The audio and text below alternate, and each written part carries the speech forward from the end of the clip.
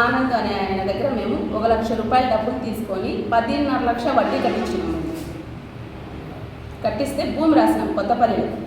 కట్టిస్తే మంజు వీళ్ళ భార్య భర్త ఈయన వచ్చి బ్రోకరేజ్ చేయమంటారు నన్ను. ఈమెకు బ్యాంక్ ఎంప్లాయీస్, గవర్నమెంట్ ఎంప్లాయీస్ అందరూ ఈవిడికి బాగా తెలుసు. అందరూ గవర్నమెంట్ ఎంప్లాయీసే. అందరూ వెళ్తే 40,000 50,000 ఇస్తారు, వెళ్ళు మా అప్పు తీర్చు, మాకు ఈ అప్పు ఈ విధంగా తీర్చు అని నన్ను చాలా ఫోర్స్ఫుల్ చేస్తున్నది ఈవిడని. ఈయన ఆనంద్ చెప్పింది కదా, మంజుల ఈయన మటన్ కొడతాడు శేషప్ప తోటలో, బడ్డీ హరినాథ్.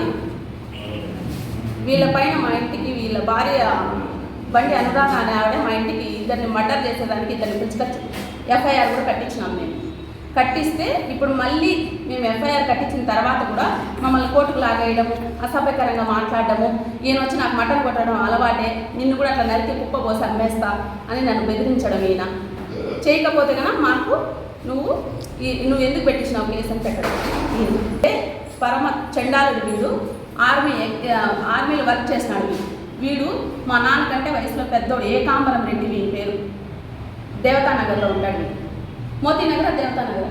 పెండ్లాము వీని కొడుకు చేసే అరాచకానికి విలువే ఉండదు.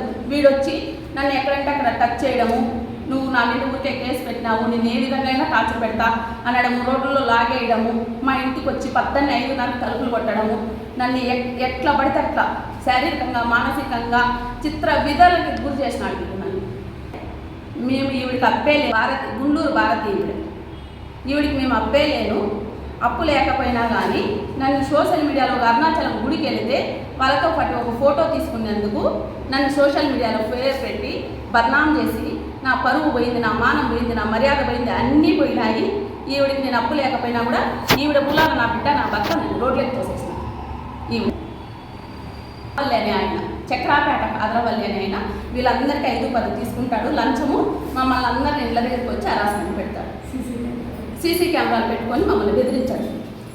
మేము అటు వెళ్తుంటే వీడియో తీసుకోవడం, ఇటు వెళ్తుంటే వీడియోలు తీసుకోవడము, 5,000 చేతిలో పెట్టి 50,000 వసూలు చేసుకోవడము.